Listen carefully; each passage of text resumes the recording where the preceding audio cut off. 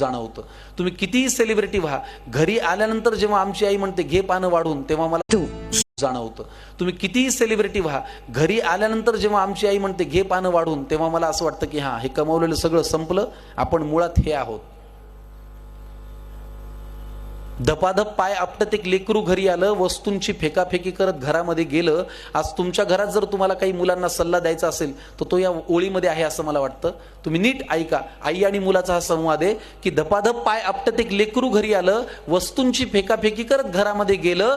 तिने सांजेची वेळ, रात्र झाली नव्हती. आई अशीच देवासमोर दिवा लावित होती.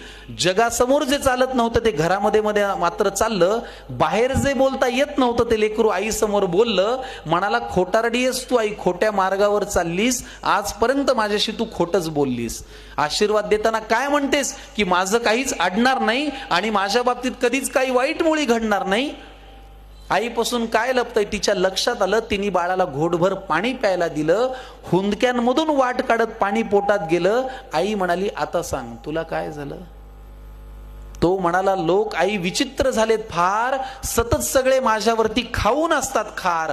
त्यांच्या त्या अशांत अस्वस्थ नजरा मला कळतात, जाणवतं मला माझ्यावरती ते खूप खूप जळतात. बरं, माझ्याविषयी माझ्या माघारी बोलतात लोकांजवळ, मी पुढे जातोय ना माझा माझा, का पोटात यांच्या कळ. बरं, वाईट याचं वाटतं की या वाईट लोकांचा एक संघ झालाय आणि मी वाईट वागत नसून यांनी मला बाजूला केलाय. आई म्हणाली, बाळा तुला माझा प्रश्नच नाही कळला. मी तुला काय झालं म्हणाले, तू त्यांचा त्रास सांगितला. सोडून दे ना तुझ्यावरती ते रुसतायत का हसतायत, कारण तुला पूर्ण करायची स्वप्न ही तुझ्याच डोळ्यांना दिसतायत. त्यामुळे तुझ्या अपयशाची लोक पाहतायत ती सगळी स्वप्ने खोटी कर. तुझ्या अपयशाची लोक पाहतायत ती सगळी स्वप्ने खोटी कर. दुसऱ्यांची रेघ पुसण्यापेक्षा तू स्वतःची मोठी कर.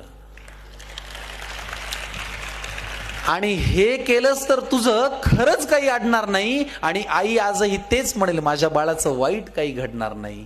आईच्या तोंडी देवाचा साक्षात्कार घडला आणि तिने लावलेल्या दिव्याचा लख प्रकाश पडला. तिने लावलेल्या दिव्याचा लख प्रकाश पडला.